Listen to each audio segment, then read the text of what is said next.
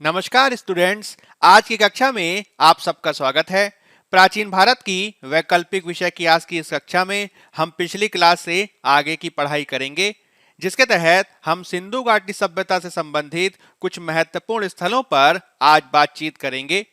आपको ये ध्यान रखना है कि हमारे द्वारा जो वैकल्पिक विषय की कक्षाओं को प्रारंभ किया गया है, उसमें हमने पाठ्यक्रम के अनुसार कुछ महत्वपूर्ण विषयों को शामिल किया है। जैसे कि अब तक हमने आपको पढ़ा दिया है स्रोत के बारे में, अब तक हमने आपको पढ़ा दिया है पाषाण काल के बारे में, और इसके बाद हमने मुख्य रूप से सिंधु घाटी सभ्यता यानी इंडस वैली सिविलाइजेशन पर कुछ महत्वपूर्ण बातों को प्रारंभ किया है। जब हम बात करते हैं सिंधु घाटी सभ्यता यानी इंडस वैली सिविलाइजेशन की, तो जैसा कि कल मैंने आपको बताया था पिछली क्लास में, आपको ये चीज ध्यान रखनी है कि हमने कुछ महत्वपूर्ण विषयों को शामिल किया था। और मैंने आपको ये बताने का प्रयास किया था कि जब आप सिंधु घाटी सभ्यता पढ़ते हैं तो इसमें कुछ महत्वपूर्ण हेडिंग्स हैं जिसके तहत आपको इस विषय को समझने की आवश्यकता है। जैसे कि हमने सबसे पहले सिंधु घाटी सभ्यता की एक भूमिका या फिर परिचय को देखा, फिर उसके बाद हमने उत्पत्ति पर बात की, किस तरीके से सिंधु घाटी सभ्यता को लेकर उत्पत्ति पर बात की जाती है। हमने फिर इसके संदर्भ में कालक्रम को देखा कि कौन कौन सी अलग अलग डेट्स जो हैं सिंधु घाटी सभ्यता के संदर्भ में देखी जाती हैं। फिर उसके बाद हमने विस्तार पे बात की थी, और मुख्य रूप से इसके तहत मैंने आपको ये बताने का प्रयास किया था कि आप किस तरीके से विविध प्रकार के स्थलों को देख सकते हैं सिंधु घाटी सभ्यता में, अफगानिस्तान के क्षेत्र में, पाकिस्तान के क्षेत्र में और भारत के क्षेत्र में। अब इसी से संबंधित नए विषयों को आज हम आपके साथ शुरू करेंगे, जिसमें हम बात करने जा रहे हैं कुछ महत्वपूर्ण स्थलों के बारे में, कुछ महत्वपूर्ण स्थल के बारे में और उनकी विशेषताओं के बारे में। कुछ महत्वपूर्ण स्थल और उनकी विशेषताएं। महत्वपूर्ण स्थल और उनकी विशेषताओं के बाद हम सिंधु घाटी सभ्यता से संबंधित कुछ सामाजिक जीवन के पक्षों को देखेंगे, सांस्कृतिक जीवन के पक्षों को देखेंगे, आर्थिक पक्ष के को देखेंगे, व्यापार के कुछ पक्षों को देखेंगे, परिवहन के कुछ साधनों को देखेंगे, और साथ ही साथ हम इसके पतन के कारणों पर भी आपसे बात करेंगे।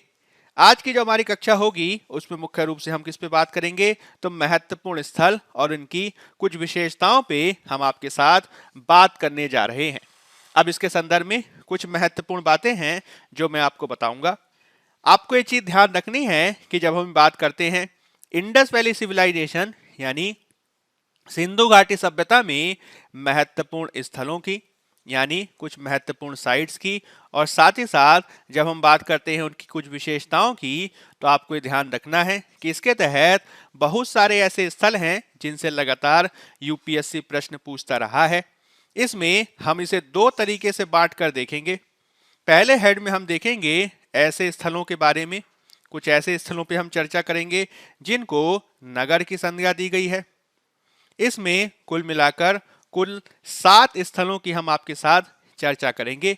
उसके अलावा हम कुछ अन्य स्थलों की आपके साथ चर्चा करेंगे जो एग्जाम के दृष्टिकोण से महत्वपूर्ण हैं। इनमें कुल मिलाकर 15 से 20 स्थलों की हम आपके साथ चर्चा करेंगे। यानी आप इस तरीके से कह सकते हैं कि एग्जाम के दृष्टिकोण से लगभग 20 से 25 स्थल एक ऐसे हैं जिनके बारे में आपको पढ़ना है, और मुख्य रूप से लगातार आप देखेंगे कि किस तरीके से इनसे प्रश्न पूछे जाते हैं। मुख्य रूप से ये जो 7 नगर की संज्ञा वाले स्थल हैं, इनसे सबसे ज्यादा प्रश्न पूछे जाते हैं, इसीलिए एग्जाम के दृष्टिकोण से ये सबसे ज्यादा इंपॉर्टेंट हैं। इनमें हम किन किन को पढ़ेंगे, तो इसमें हम पढ़ेंगे हड़प्पा के बारे में, इसमें हम पढ़ेंगे मोहनजोदड़ो के बारे में, इसमें हम पढ़ेंगे चनहूदड़ो के बारे में। इसके अलावा हम इसमें बात करेंगे लोथल के बारे में। आपको ये ध्यान रखना है, हम इसमें बात करेंगे काली बंगा के बारे में, लोथल के बारे में, काली बंगा के बारे में, और हम बनावली के बारे में भी इसमें बात करेंगे। इस प्रकार से हड़प्पा, मोहनजोदड़ो, चनहूदड़ो, लोथल, कालीबंगा, बनावली, ठीक, ये कुछ ऐसे स्थल हैं जो काफी महत्वपूर्ण हैं। इसके अलावा धौलावीरा स्थल भी परीक्षा के दृष्टिकोण से काफी महत्वपूर्ण है। तो एक कुल मिलाकर 7 ऐसे स्थल हैं जिसमें आपको ये मान के चलना है कि यूपीएससी के द्वारा 90% प्रश्न पूछने की संभावना है। बाकी अन्य स्थलों से भी यूपीएससी लगातार प्रश्न पूछ रहा है, जिसको आपको ध्यान में रखना है। तो सबसे पहले हम इन 7 महत्वपूर्ण नगरों को समझने का प्रयास करेंगे। अब अगर मैं इसमें सबसे पहले आपको हड़प्पा की कुछ महत्वपूर्ण विशेषताएं समझाने का प्रयास करूं, तो हड़प्पा के संदर्भ में आप ये ध्यान रखेंगे, सबसे पहले हम इसकी भौगोलिक अवस्थिति को समझते हैं। जब आप हड़प्पा की बात करते हैं तो मैंने पिछली क्लास में आपको बताया था कि हड़प्पा मुख्य रूप से वर्तमान में पाकिस्तान में विद्यमान है और पाकिस्तान में भी यह पंजाब प्रांत में अवस्थित है। कहाँ पे है? पाकिस्तान में, और पाकिस्तान के पंजाब प्रांत में। पंजाब प्रांत में जब इसकी खोज की गई थी तो उस समय यह पंजाब प्रांत के मांटगोमरी जिले में विद्यमान था। कौन से जिले में? मांटगोमरी जिले में विद्यमान था। और वर्तमान में यह जो जिला है उसका नाम है शाहीवाल।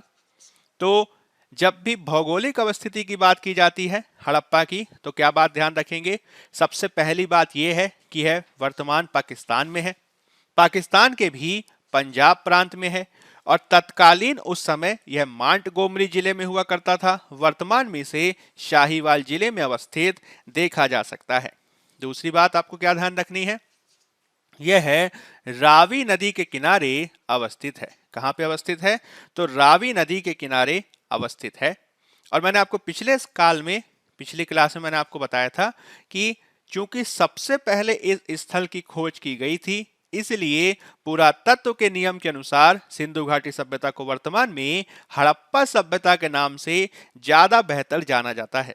यानी ये एक ऐसा प्रथम स्थल है, ये चीज आप ध्यान रखेंगे, यह प्रथम स्थल है जहां पे खुदाई होना शुरू हुई। यानी हड़प्पा सभ्यता की तरफ जब पूरी दुनिया का प्रकाश गया, जब हड़प्पा सभ्यता की तरफ पूरी दुनिया का ध्यान गया, तो सबसे पहला स्थल कौन सा था? तो वह था हड़प्पा सभ्यता। यानी हड़प्पा स्थल इस दृष्टिकोण से सबसे ज्यादा इंपॉर्टेंट है। अब हम इसके कुछ विशेषताएं आपको समझाने का प्रयास करेंगे। जैसे कि आपको ये बात ध्यान रखनी है, ये काफी महत्वपूर्ण है, जो हड़प्पा सभ्यता के ज्यादातर स्थलों पर लागू होती है। यानी जो हड़प्पा का नगर है वह जो है 2 भागों में बंटा हुआ देखा जाता है। आप ज्यादातर स्थलों में देखेंगे कि इसी प्रकार का एक नियोजन हम देखते हैं। हालांकि इसमें कुछ स्थानीय भिन्नताएं भी दिखाई देंगी। सामान्य तौर पर आपको ध्यान रखना है कि जब हम हड़प्पा की बात करते हैं तो इसकी जब खुदाई की गई तो मुख्य रूप से 2 क्षेत्र जो हैं प्रकाश में आए। एक क्षेत्र जिसे पश्चिमी टीले का नाम दिया गया और दूसरा क्षेत्र जिसे पूर्वी टीले का नाम दिया गया। क्या नाम है इसका? इसका नाम है पश्चिमी टीला, और दूसरे का नाम क्या दिया गया? तो उसका नाम दिया गया पूर्वी टीला। पश्चिमी टीला और पूर्वी टीला। आपको ये बात ध्यान रखनी है कि आगे के जो स्थल हम देखेंगे उसमें भी इसी प्रकार का एक नगर नियोजन देखने को मिलता है, जिसमें जो नगर है वह 2 महत्वपूर्ण भागों में बंटता हुआ दिखाई देता है, जिसमें एक भाग है पश्चिमी टीला और दूसरा है पूर्वी टीला। हालांकि कुछ इसमें स्थानीय विशेषताएं आगे देखने को मिलेंगी जिसके बारे में हम बात करेंगे, जैसे कि धौलावीरा में पश्चिमी टीले और पूर्वी टीले के साथ बीच में भी एक स्थल दिखाई देता है मध्यम टीले के रूप में। इसके अलावा भी कुछ और भिन्नताएं हैं जो आपको थोड़ी सी ध्यान रखनी होंगी, लेकिन मूल रूप से जो हम शहरों का जो नियोजन देखते हैं यानी प्लानिंग देखते हैं, उसमें इसी प्रकार का नियोजन नजर आता है, जिसमें शहर जो है 2 भागों में बटा हुआ दिखाई देता है। एक है पश्चिमी टीला और दूसरा है पूर्वी टीला। जो पश्चिमी टीला है उसको आप ध्यान रखेंगे सामान्य तौर पर दुर्ग कहा गया है, या फिर इसे गढ़ी की संज्ञा भी दी गई है। क्या कहा गया है? पश्चिमी टीले को दुर्ग कहा गया है या फिर गढ़ी की संज्ञा भी दी गई है। अब इसको दुर्ग या गढ़ी की संज्ञा इसलिए दी गई है क्योंकि सामान्य तौर पर यह देखा गया कि जो पश्चिमी टीला है वो एक प्रकार की किलेबंदी से घिरा हुआ है। जो पश्चिमी टीला है वह एक प्रकार की किलेबंदी, या फिर इसे कह सकते हैं रक्षा प्राचीर। क्या कह सकते हैं? रक्षा प्राचीर या फिर चार दीवारी। रक्षा प्राचीर या फिर चार दीवारी से घिरा हुआ है। पहली बात मैंने आपको क्या बताई कि नगर जो है वह दो भागों में बटा हुआ है। एक है पश्चिमी टीला और दूसरा है पूर्वी टीला। पश्चिमी टीले को दुर्ग या गढ़ी के नाम से भी जाना जाता है। क्यों? क्योंकि यह जो है पश्चिमी टीला पूर्वी टीले की तुलना में रक्षा प्राचीर या फिर चार दीवारी से घिरा हुआ है, या आप कह सकते हैं कि यह जो है दुर्गीकृत है। और साथ ही जो इसकी बनावट है वह भी जो है किस तरीके से दिखाई देती है, तो पूर्वी टीले की तुलना में ये ज्यादा ऊंचाई पर बनाया गया है। पूर्वी टीले की तुलना में ये ज्यादा ऊंचाई पर बनाया गया है। इसका कारण यह भी हो सकता है कि संभवतः इसको बाढ़ से बचाने के लिए ऐसा किया गया हो, या फिर संभवतः इसको आक्रमण से बचाने के लिए ऐसा किया गया होगा।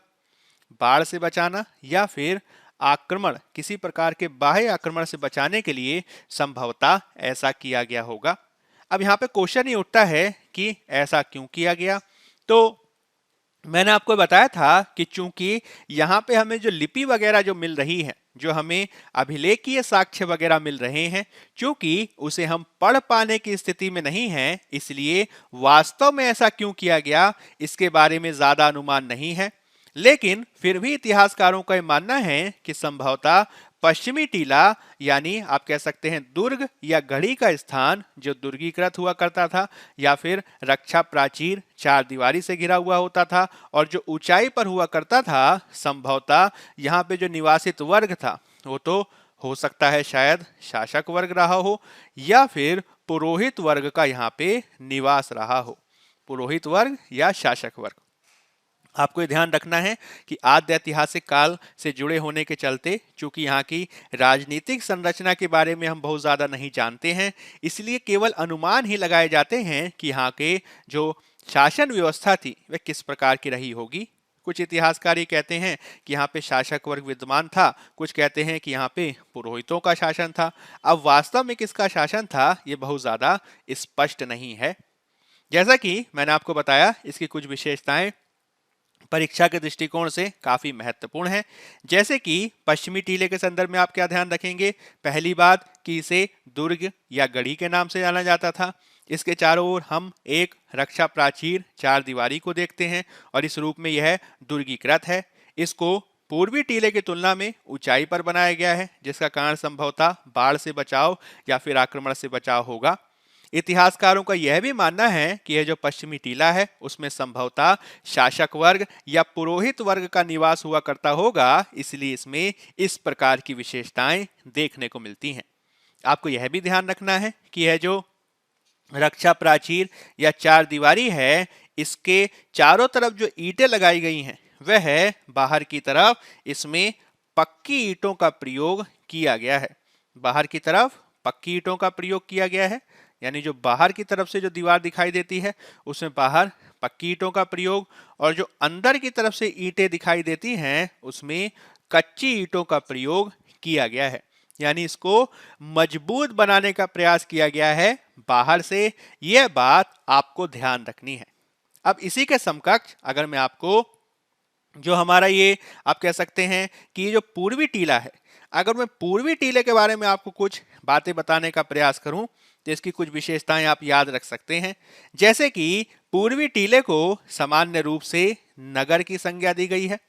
पूर्वी टीले को सामान्य रूप से नगर की संज्ञा दी गई है और इसके बारे में माना जाता है, जो साक्ष्य भी मिले हैं, कि ज्यादातर जो सामान्य निवासी वगैरह रहे हैं, ठीक है, हम समाज में बात करेंगे किस किस प्रकार के निवासी यहाँ पे मिले हैं, तो ज्यादातर सामान्य निवासियों का निवास जो है वो यहाँ पे रहा है। चाहे वो मजदूर वर्ग हो, चाहे वो किसान वर्ग हो, या फिर व्यापारी आदि वर्ग हो। यानी अगर बहुत सरल तरीके से आपको इसको ध्यान रखना है तो आप ये ध्यान रखेंगे कि हड़प्पा जो नगर है वह दो भागों में बटा हुआ दिखाई देता है, जिसमें पश्चिमी टीला एक प्रकार से शासक वर्ग या पुरोहित वर्ग का निवास था, और जो पूर्वी टीला था वह सामान्य रूप से रहने वाले लोगों का आप कह सकते हैं नगर था, जिसमें सामान्य निवासी रहा करते थे। ठीक, ये बात आपको पहली बात ध्यान रखनी है। अब बाद में जब इसमें खुदाइयां शुरू हुई तो कुछ और भी जो है इसमें टीले प्रकाश में आए। जैसे कि अब पुराने वाले को ही मैं एक बार फिर से बनाता हूं। जैसे कि मान लीजिए मैंने पहले पश्चिमी टीला बनाया, ये रहा हमारा पश्चिमी टीला, और इसी के सापेक्ष मैंने बना दिया मान लीजिए पूर्वी टीला। ठीक, एक मैंने बना दिया पश्चिमी टीला और दूसरी तरफ बना दिया पूर्वी टीला। जो पश्चिमी टीला है वह क्या है, दुर्गीकृत है। ठीक है, इसको मैं दुर्ग या गढ़ी कह सकता हूं, और इसको मैं क्या कह सकता हूं, तो इसको मैं कह सकता हूं पूर्वी टीला, जो सामान्य नगर था। यहाँ पे ब्रैकेट में लिख सकते हैं नगर। बाद में जब खुदाई हुई तो इसमें कुछ और टीले भी प्रकाश में आए हैं। जैसे कि दुर्ग या गढ़ी के उत्तर में एक टीला प्रकाश में आया। ठीक है, दुर्ग या गढ़ी के उत्तर में एक टीला प्रकाश में आया, जिसे एफ टीले का नाम दिया गया है। क्या नाम दिया गया है, एफ टीले का नाम दिया गया है। तो एक और टीला प्रकाश में आया है जिसका नाम है एफ टीला, और पश्चिमी टीले के ये उत्तर में है। इसके अलावा आगे चलकर जब खुदाई हुई तो दुर्ग या गढ़ी के दक्षिण में एक और टीला नजर आया, जिसको ए बी टीले का नाम दिया गया है। ए बी टीला, एफ टीला और ए बी टीला। ये जो एफ टीला और ए बी टीला नाम दिए गए हैं वे किसके द्वारा दिए गए हैं, तो मॉर्टिमर व्हीलर के द्वारा ये नाम दिए गए हैं। किसके द्वारा, मॉर्टिमर व्हीलर के द्वारा ये नाम दिए गए हैं। आपको ध्यान रखना है, मॉर्टिमर व्हीलर जी ने ये नाम दिए हैं। और जैसे जैसे खुदाई हुई है वैसे वैसे जो है कुछ महत्वपूर्ण आप कह सकते हैं वस्तुएं प्राप्त हुई हैं इन सभी क्षेत्रों से, जिन पे लगातार प्रश्न पूछे जाते रहे हैं। जैसे कि एफ टीले की अगर मैं बात करूं तो कम से कम एफ टीलों में आपको 3 चीजें ध्यान रखनी है। एफ टीले में कम से कम 3 चीजें ध्यान रखनी है। पहली चीज क्या है, तो यहां पे हम अन्नागार को पाते हैं। क्या पाते हैं, यहां पे हम अन्नागार को पाते हैं। ये जो अन्नागार हैं वह 2 पंक्ति में है। ये अन्नागार जो हैं वह 2 पंक्ति में है, और ये जो पंक्ति है वह 6-6 की पंक्ति है। यानी अगर मान लीजिए मैं अन्नागार बनाने का प्रयास करूं तो 1 2 3 4 5 6, एक ये, और 1 2 3 4 5 और 6, इस तरीके से जो है अन्नागार की 2 पंक्तियां जो हैं वह एफ टीले से प्राप्त हुई है। इसके अलावा यहां पे हमें श्रमिक आवास भी देखने को मिलता है। क्या मिलता है, श्रमिक आवास भी देखने को मिलता है। श्रमिक आवास जो हैं वह कुल मिला के 15 हैं, और ये किस तरीके के हैं, तो एक तरफ 8 श्रमिक आवास बने हुए हैं, दूसरी तरफ 7 श्रमिक आवास बने हुए हैं।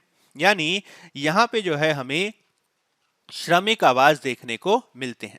ठीक है, यहां पे हमें श्रमिक आवास देखने को मिलते हैं, और इनकी संख्या कितनी है, तो 15। अन्नागारों की संख्या कितनी है, तो कुल मिला के 12। तो एफ टीले में पहली जो चीज प्राप्त हुई है वह है अन्नागार, जिसमें संभवतः अन्न वगैरह को रखा जाता होगा, और उसी के टीले के सापेक्ष ही हमें कुल मिलाकर 15 श्रमिक आवासों की अवस्थिति भी प्राप्त हुई है। ठीक है, तो पहली चीज क्या मिला है, अन्नागार। दूसरी चीज क्या मिला है, तो श्रमिक आवास। तीसरी चीज जो इसमें प्राप्त हुई है वो आपको ध्यान रखनी है। तो यहाँ पे हमें कुछ वृत्ताकार चबूतरे देखने को मिलते हैं। क्या मिलते हैं, कुल कुछ वृत्ताकार चबूतरे, जिनकी संख्या 18 है। तो यहाँ पे आप देख सकते हैं, यहाँ पे जो है कुछ बीच में कुछ वृत्ताकार चबूतरे मिले हैं। ठीक है, इनकी संख्या क्या है, 18। ठीक है, वृत्ताकार चबूतरे हैं, इनकी संख्या क्या है, 18। तो एफ टीले में जो हड़प्पा में विद्यमान है कुल मिलाकर 3 चीजें मिली हैं जो आपसे प्रश्न पूछा जा सकता है। पहली चीज अन्नागार मिला है, ये 6-6 की 2 पंक्तियों में है। इसके अलावा श्रमिक आवास प्राप्त हुए हैं, ये 8 और 7 की पंक्तियों में है, कुल मिला के 15। और तीसरा यहाँ पे वृत्ताकार चबूतरे प्राप्त हुए हैं। जो इतिहासकार हैं, इतिहासकारों का ये मानना है कि संभवतः ये जो अन्नागार हुआ करते थे इनका प्रयोग या तो इसलिए किया जाता होगा कि जब अनाज पैदा होता होगा तो अनाजों को सुरक्षित रखने के लिए किया जाता होगा, या फिर ऐसा भी हो सकता है कि चूंकि ये पश्चिमी टीले के पास प्राप्त हुए हैं, दुर्ग या गढ़ी के पास प्राप्त हुए हैं, तो ऐसा भी संभव हो सकता है कि जो शासक वर्ग है वह नगर के क्षेत्र के लोगों से, ठीक है, सामान्य लोगों से कर के रूप में अनाज वगैरह को लेता होगा और यहाँ पे अनाज को रखा जाता होगा। या फिर ऐसा भी हो सकता है कि अगर मान लीजिए किसी प्रकार की कोई संकट देखा गया, मान लीजिए सूखा पड़ गया, तो अनाज के वितरण के लिए भी, अकाल सहायता के लिए भी इनका इस्तेमाल किया जाता होगा। तो इसको लेकर जो है अलग अलग प्रकार के अनुमान लगाए जाते हैं कि इसका किस प्रकार का इस्तेमाल किया जाता था। ठीक, लेकिन तीन बातें इसमें आपको ध्यान रखनी है। पहली बात, यहां से हमें अन्नागार दो पंक्ति में प्राप्त हुए हैं। दूसरी बात आपको क्या ध्यान रखनी है कि यहाँ पे श्रमिक आवास प्राप्त हुए हैं। और तीसरी बात जो आपको ध्यान रखनी है कि यहाँ से वृत्ताकार चबूतरे प्राप्त हुए हैं। और ये कहाँ से मिले हैं? तो दुर्ग या गढ़ी के उत्तर में एक टीला प्राप्त हुआ है, एफ टीला, वहां से हमें ये चीजें प्राप्त हुई हैं। ठीक है, यहाँ पे आपको जो है जब आगे खोज की गई तो यहाँ पे ये जो वृत्ताकार चबूतरे हैं, ठीक है, यहाँ से गेहूं और जौ के भी साक्ष्य प्राप्त हुए हैं।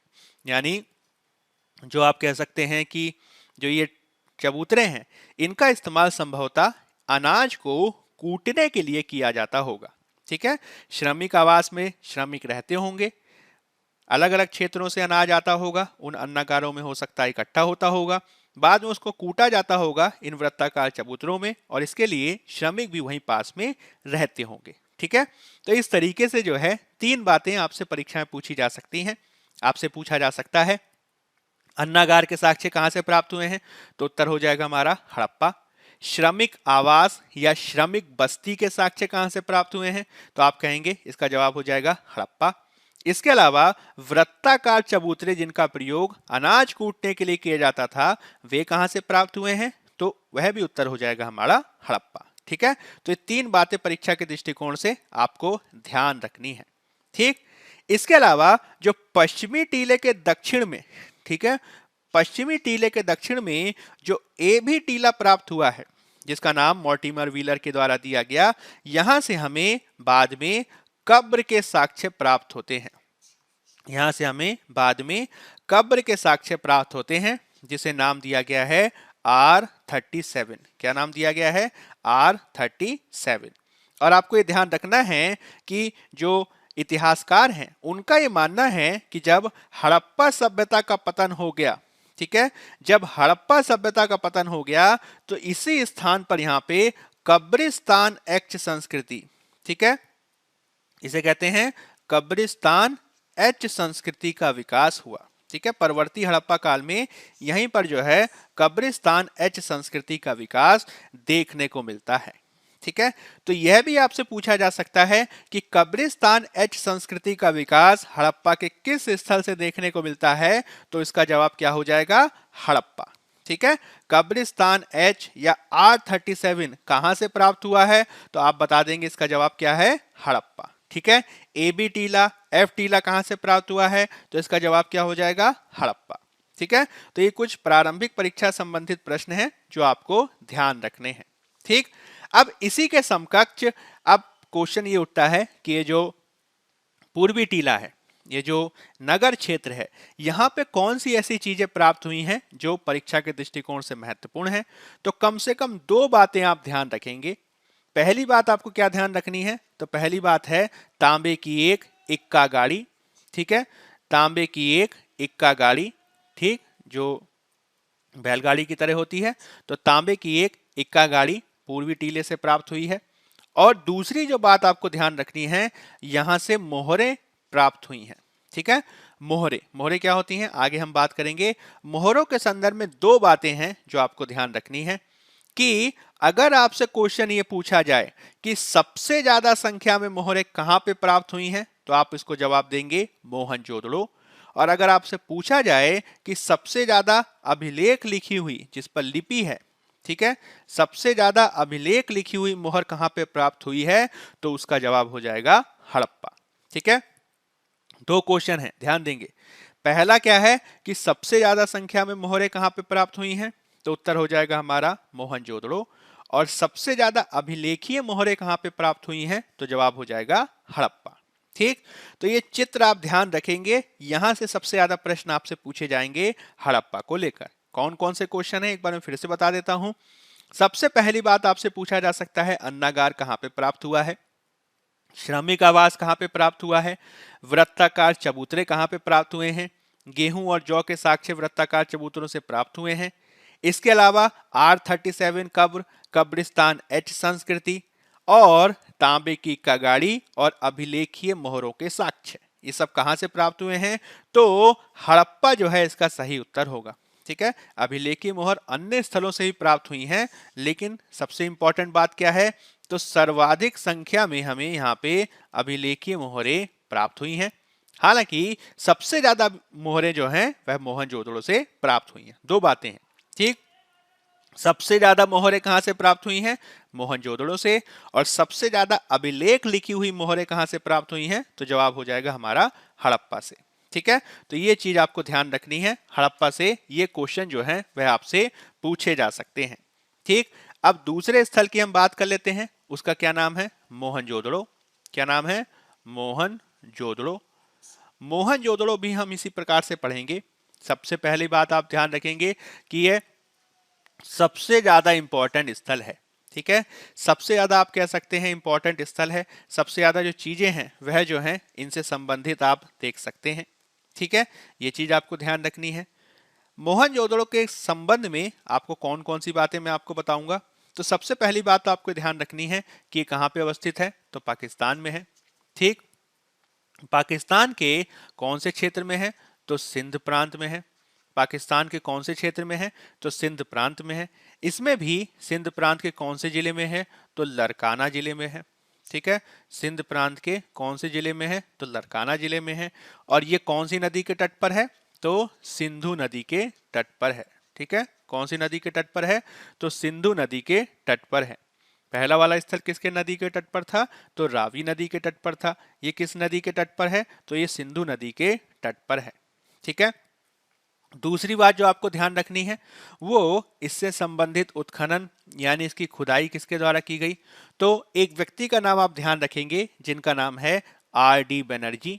ठीक है, जिनका नाम है R.D. बनर्जी, या इनका पूरा नाम है रखालदास बनर्जी। क्या नाम है? रखालदास बनर्जी। किसने यहाँ पे उत्खनन कार्य किया? तो रखालदास बनर्जी या फिर R.D. बनर्जी। अब अगर मान लीजिए मैं यहीं पे ये बताऊं कि हड़प्पा के संबंध में किसका नाम याद रखना है। ठीक है, अगर हड़प्पा में पूछ लिया जाए कि हड़प्पा में किसने उत्खनन कार्य किया, तो हड़प्पा में आप कम से कम 3 व्यक्तियों का नाम ध्यान रखेंगे।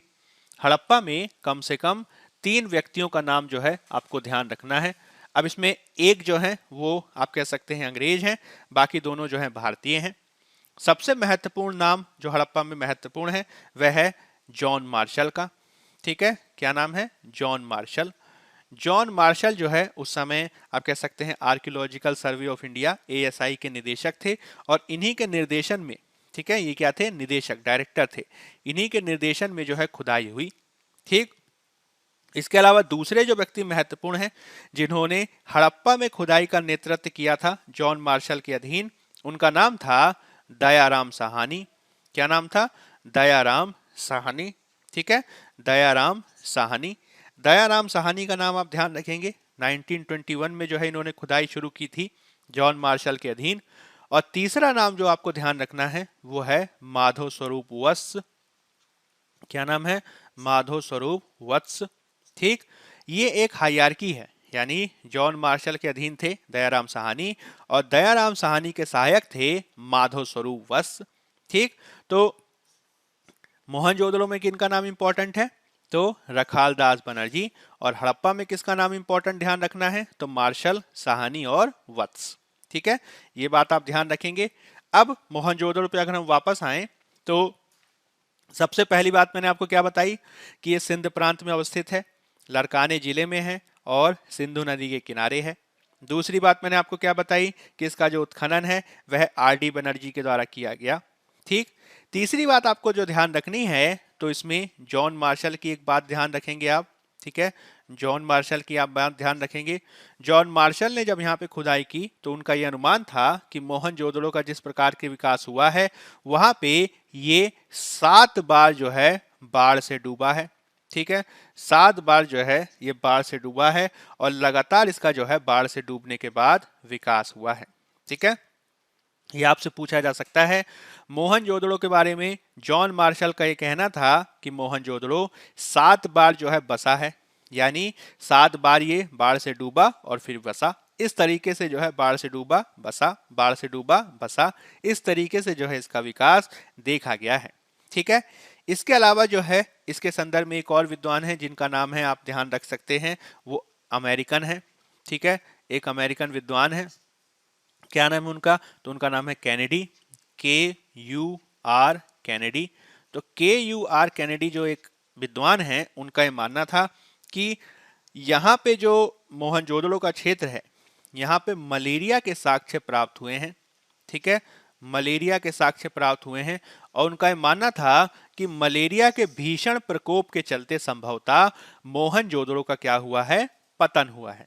ठीक है, जॉन मार्शल क्या कह रहे हैं, जॉन मार्शल ये कह रहे हैं कि बाढ़ से इसका पतन हुआ, और ये जो अमेरिकन कैनेडी हैं वो ये कह रहे हैं कि मलेरिया के भीषण प्रकोप से जो है मोहनजोदड़ो का पतन हुआ है। ठीक है, तो पतन पे दो विचार हैं, आप ध्यान रखेंगे।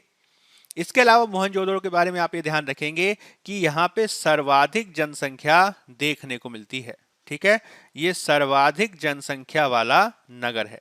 ठीक है, और ये अनुमान लगाया जाता है कि जब ये अपनी विकसित अवस्था में था तो संभवतः यहाँ पे जो निवासी थे वो लगभग हो सकता है 35 से 40 हजार लोग यहाँ पे रहते हों। ठीक है, जब ये अपने विकास की अवस्था में था तो यहाँ पे संभवतः 35 से 40 हजार लोगों का निवास था। ठीक है, ये बात ध्यान रखनी है। इसके अलावा मोहनजोदड़ो को कुछ उपनामों से जाना जाता है। ठीक है, मोहनजोदड़ो को कुछ उपनामों से जाना जाता है, जैसे कि इसे मृतकों का टीला कहा जाता है। ठीक है, इसे क्या कहा जाता है, मृतकों का टीला, या फिर इसे प्रेतों का टीला कहा जाता है। मृतकों का नगर या प्रेतों का नगर भी कहा जाता है। तो मृतकों का टीला या नगर या फिर प्रेतों का टीला या नगर, इस नाम से इसे जाना जाता है। ठीक है, इसके अलावा इसे सिंधु का बाग कहा जाता है। ठीक है, सिंधु का बाग, क्यों, क्योंकि ये सिंधु के किनारे बसा हुआ था, तो सिंधु का बाग भी कहा जाता है। इसके अलावा इसको स्तूप टीला भी कहा जाता है।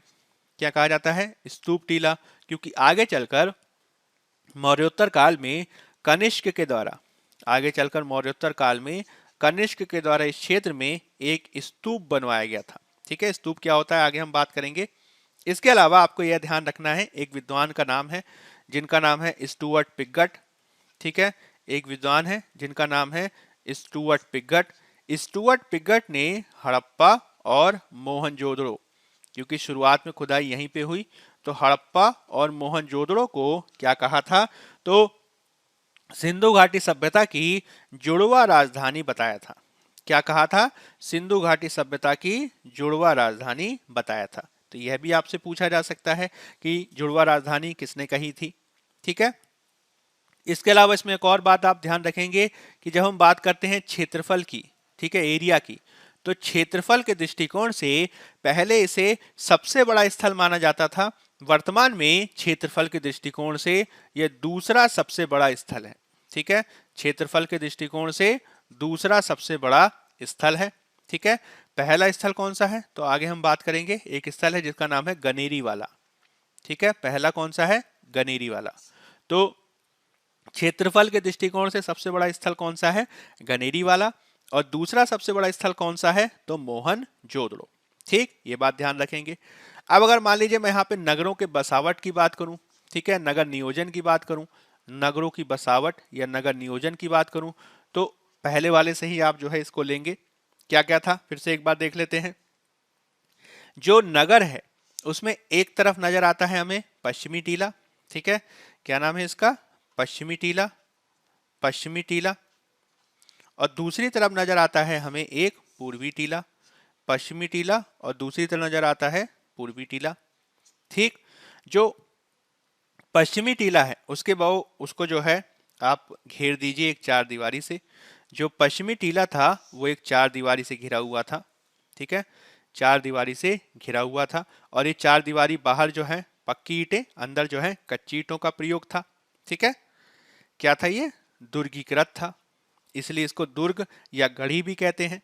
ठीक है, पश्चिमी टीला जिसको दुर्गीकृत होने के चलते दुर्ग या गढ़ी भी कहा जाता है। ठीक है, संभवतः माना जाता है कि यहाँ पे शायद या तो प्रशासनिक वर्ग रहा करता होगा या फिर पुरोहित वर्ग रहता होगा। प्रशासनिक वर्ग रहता होगा या फिर पुरोहित वर्ग रहता होगा। और पूर्वी टीला क्या है, उसको नगर की संज्ञा दी गई है। सामान्य लोगों का जो निवास है वो वहां पे होता होगा। ठीक, ये बात ध्यान रखनी है। अब अगला जो प्रश्न आता है, अगला जो क्वेश्चन उठता है वो ये है कि यहां से कौन कौन सी चीजें हमें प्राप्त हुई हैं जो आपको ध्यान रखनी है। ठीक है, प्राप्त होने वाले स्थल, प्राप्त होने वाली चीजें यहाँ पे कौन कौन सी हैं वो आपको ध्यान रखना है। ठीक है, तो अगर मैं प्राप्त स्थलों के बारे में बात करूं तो सबसे पहले अगर मैं पश्चिमी टीले की बात करूं, ठीक है, किसके बारे में बात कर रहा हूं मैं, पश्चिमी टीले के बारे में। पश्चिमी टीले से क्या प्राप्त हुआ है, मान लीजिए मैंने यहाँ पे एक पश्चिमी टीले का एक चित्र बना दिया और इसको मैंने क्या किया कि चूंकि ये दुर्गीकृत था तो मैंने इसे दुर्ग से या फिर चार दीवारी से, रक्षा प्राचीर से घेर दिया। ठीक है, इसको देख के आपको याद आ जाएगा कि ये जो है एक पश्चिमी टीला है। अब यहाँ पे कौन कौन सी चीजें प्राप्त हुई हैं, तो सबसे पहली जो यहाँ पे प्राप्त चीज हुई है वो है एक बहुत बड़ा सभा भवन। ठीक है, एक बहुत बड़ा सभा भवन जो है यहाँ से प्राप्त हुआ है, एक बहुत बड़ा सभा भवन। ठीक है, मान लीजिए मैंने यहाँ पे एक सभा भवन बनवा दिया ऐसे करके, एक बहुत बड़ा जो है सभा भवन बना प्राप्त हुआ है, जो खंभों पे टिका हुआ था, जो खंभों या स्तंभों से बना हुआ था।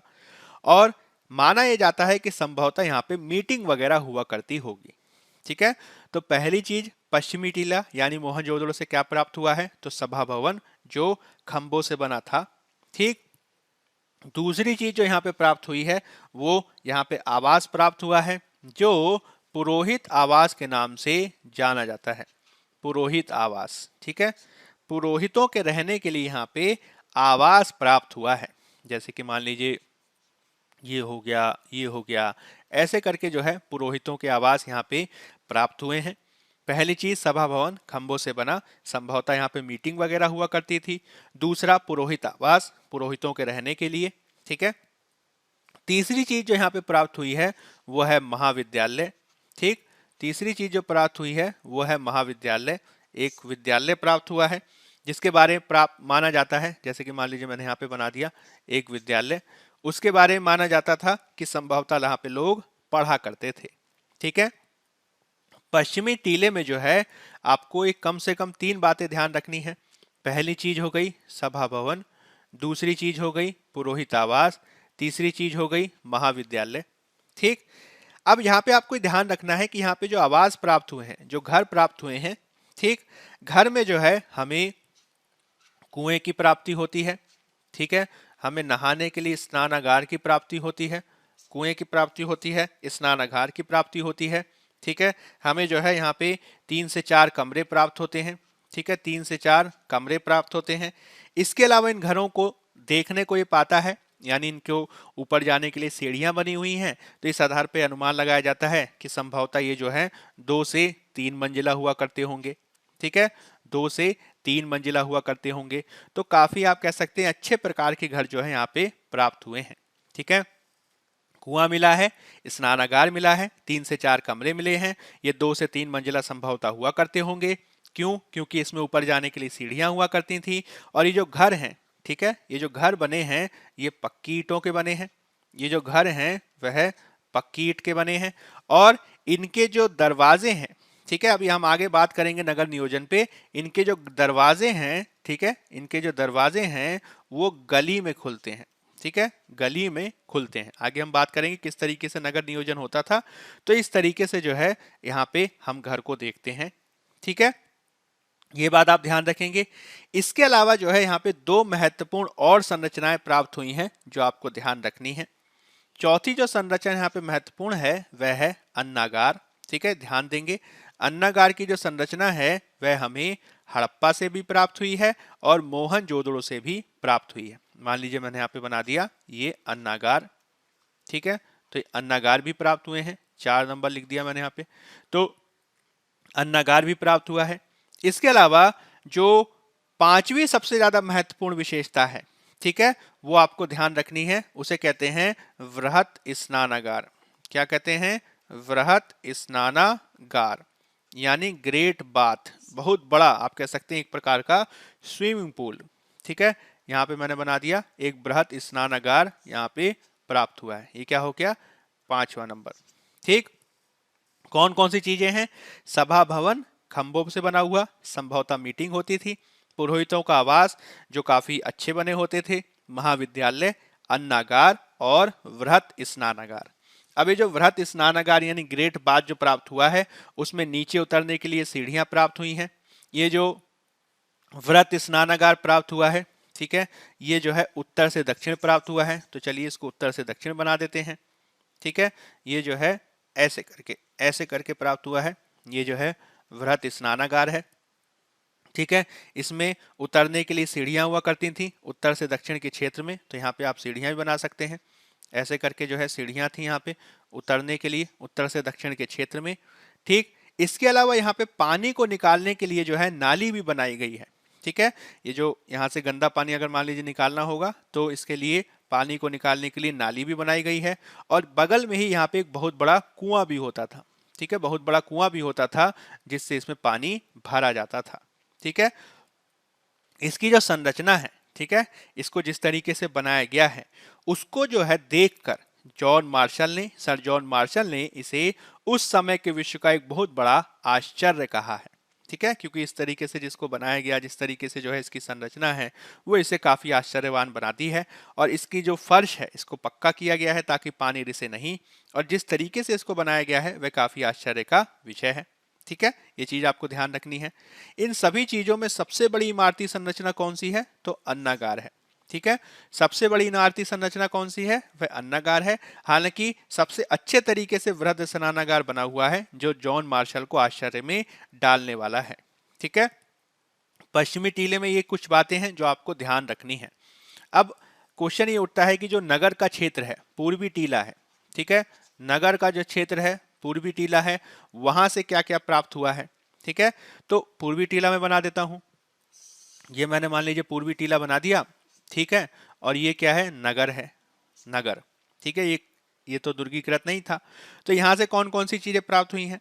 तो सबसे पहले यहाँ पे एक 10 इंच की सबसे पहले यहाँ पे एक 10 इंच की कांसे की मूर्ति प्राप्त हुई है। 10 इंच की कांसे की मूर्ति प्राप्त हुई है जो नर्तकी की मूर्ति है। ठीक है, कांसे की 10 इंच की मूर्ति जो नर्तकी की मूर्ति है। ठीक है, आपकी जो एनसीईआरटी है an introduction to Indian art class 11th, उसमें आप चैप्टर 2 में देखिएगा नर्तकी की मूर्ति बनी हुई है और कितनी अच्छी प्रकार से इसको बनाया गया है ये आप ध्यान देंगे। आपने शायद आर्ट एंड कल्चर में पढ़ा होगा कि इसको जो है लुप्त मोम तकनीक, ठीक है, नर्तकी की मूर्ति को लुप्त मोम तकनीक से बनाया गया है। ठीक है, यह जो है एक विशेष प्रकार की शैली में नृत्य दिखाई गई है। ठीक है, जो त्रिभंग शैली कहा जा सकता है। ठीक है, त्रिभंग शैली में जो है इसको बनाया गया है और इसको बनाने में जिस प्रकार की तकनीक इस्तेमाल हुई है, जिस प्रकार से इसको बनाया गया है, वह काफी आप कह सकते हैं महत्वपूर्ण है। ठीक है, तो 10 इंच की कांटे की जो मूर्ति है, नर्तकी की जो मूर्ति है, वह कहां से प्राप्त हुई है? तो पूर्वी टीले से प्राप्त हुई है, मोहनजोदड़ो से। ठीक है, ये चीज ध्यान रखना है। इसके अलावा जो है आप ये ध्यान रखेंगे कि यहां से हमें एक पुरोहित की, ठीक है, एक पुरोहित की भी मूर्ति प्राप्त होती है। ठीक है, पुरोहित की भी मूर्ति प्राप्त होती है जो मिट्टी की बनी है। ठीक है, योगी की, इसे कहा जाता है योगी की मूर्ति, या ये योगी की मूर्ति है या पुरोहित की मूर्ति है, या फिर ये कह सकते हैं योग मुद्रा में, ध्यान की मुद्रा में मग्न एक पुरोहित की मूर्ति यहाँ पे देखने को मिलती है। ठीक है, ये जो है आप कह सकते हैं ये पत्थर की है। ठीक है, और यह जो है मूर्ति एक प्रकार से ध्यान मग्न मुद्रा में है। ये जो है विशेष प्रकार का एक आप कह सकते हैं 3 पत्ती वाला त्रिपतिया शॉल ओढ़े हुए है, 3 पत्ती वाला शॉल ओढ़े हुए है। ठीक, और ये ध्यान मग्न मुद्रा में है। इसकी जो आंखें हैं वह अर्धबंद हैं और इसकी मूछें नहीं है, दाढ़ी ही दिखाई देती है। ठीक है, दाढ़ी को जो है बहुत अच्छे तरीके से करीने से काटा गया है, जो इस बात को दर्शाता है कि उस समय के लोगों का जो सौंदर्य बोध था वह काफी अच्छा था। यह भी जो है आपको ध्यान रखना है। ठीक, इसके अलावा जो है यहाँ पे 1200 से ज्यादा मोहरें प्राप्त हुई हैं, 1200 प्लस मोहरें प्राप्त हुई हैं। और ज्यादातर जो मोहरें हैं, ठीक है, ज्यादातर जो सील्स हैं वो कैसी हैं? तो वर्गाकार हैं। ठीक, और ये सेल खड़ी की बनी है। ठीक है, किसकी बनी है? सेल खड़ी की, सेल खड़ी की बनी है। और सबसे ज्यादा जो मोहरे हैं, जो मैंने आपको बताया था, सबसे ज्यादा मोहरे कहां से प्राप्त हुई हैं? तो मोहनजोदड़ो से। अभिलेखीय मोहरे सबसे ज्यादा कहां से प्राप्त हुई हैं? तो आप ध्यान रखेंगे वह है हड़प्पा से। ठीक है, तो 10 इंच की कांसे की मूर्ति, पुरोहित की मूर्ति, 1200 से ज्यादा मोहरे यहां से प्राप्त हुई हैं। इसके अलावा यहां से हमें सूती कपड़े के साक्ष्य प्राप्त होते हैं। ठीक है, सूती कपड़े के साक्ष्य प्राप्त होते हैं। और इसके अंदर जो है हमें एक चाकू रखा हुआ प्राप्त होता है। एक चाकू है जो सूती कपड़े में लपेटा गया है। ठीक, ये इस बात को दर्शाता है कि जो सिंधु घाटी के लोग थे उनको कपास का ज्ञान था। ठीक है, आगे हम देखेंगे कि सिंधु घाटी सभ्यता से ही आगे पूरी दुनिया में जो है हम वस्त्र उद्योग को देखते हैं। और सिंधु घाटी सभ्यता की ये एक बेहद महत्वपूर्ण देन है जो आपको ध्यान रखना है। ठीक है, ये बात ध्यान रखेंगे। इसके अलावा जो है यहाँ का नगर नियोजन भी काफी विशिष्ट है जो आपको ध्यान देना है। आगे मैं नगर नियोजन पे बात करूंगा कि किस तरीके से जो है यहाँ के नगर नियोजन को हम विशिष्ट रूप में देखते हैं। जैसे कि यहाँ की जो सड़कें हैं वे एक दूसरे को लंबवत काटती हैं। ठीक है, यहाँ की जो सड़कें हैं वे एक दूसरे को लंबवत काटती हैं इस तरीके से। ठीक है, और ये जो सड़कें हैं यहाँ पे मैं लिख देता हूँ लंबवत सड़क, लंबवत सड़क। और ये जो सड़कें भी हैं ये काफी चौड़ी हैं। ठीक, जो इसकी बीच की जो सबसे महत्वपूर्ण सड़क है, ठीक है, ये वाली सड़क आप कह सकते हैं, ये जो सबसे महत्वपूर्ण बीच की सड़क है ये लगभग 10 मीटर चौड़ी है। ठीक है, ये लगभग 10 मीटर चौड़ी है जिसे राजपथ नाम दिया गया है। ठीक है, राजपथ, जिसे राजपथ नाम दिया गया है। ठीक है, तो आपसे पूछा जा सकता है कि राजपथ के साक्ष्य कहां से प्राप्त हुए हैं? तो मोहनजोदड़ो से प्राप्त हुए हैं, जो 10 मीटर चौड़ी सड़क है और सड़कें जो हैं एक दूसरे को लंबवत रूप में काटा करती थी। ठीक है, इन सड़कों को जो है पक्का करने के भी साक्ष्य मिलते हैं। ठीक है, यानी यहाँ की सड़कें जो हैं पक्की देखने को मिलती हैं, पक्की सड़क है, इसको बनाने में पक्की ईंटों का प्रयोग किया गया है। ठीक है, इनको बनाने में पक्की ईंटों का प्रयोग किया गया है। ठीक, इसके अलावा आपको ध्यान रखना है कि यहां से हमें बेलनाकार मोहर भी प्राप्त होती है। ठीक है, बेलनाकार मोहर भी प्राप्त होती है।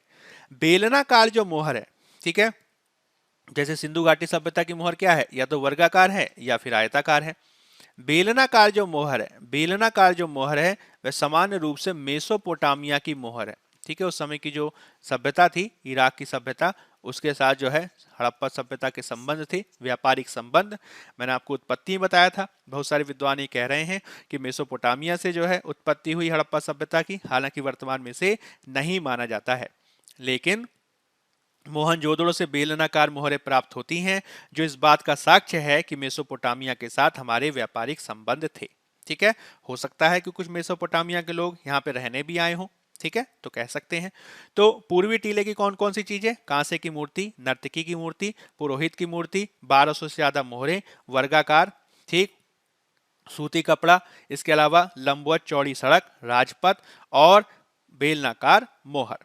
ठीक है, ये कुछ ऐसे उदाहरण हैं जो आपको ध्यान रखना है, जो आपसे एग्जाम में पूछे जा सकते हैं। ठीक है, तो पश्चिमी टीला और पूर्वी टीले से ये चीजें हमें प्राप्त हुई हैं। ठीक, अब तीसरा स्थल जो मैं आपको बताने जा रहा हूं वह है हमारा लोथल। ठीक है, लोथल। अगर लोथल की भौगोलिक अवस्थिति बात की जाए तो लोथल भारत में है।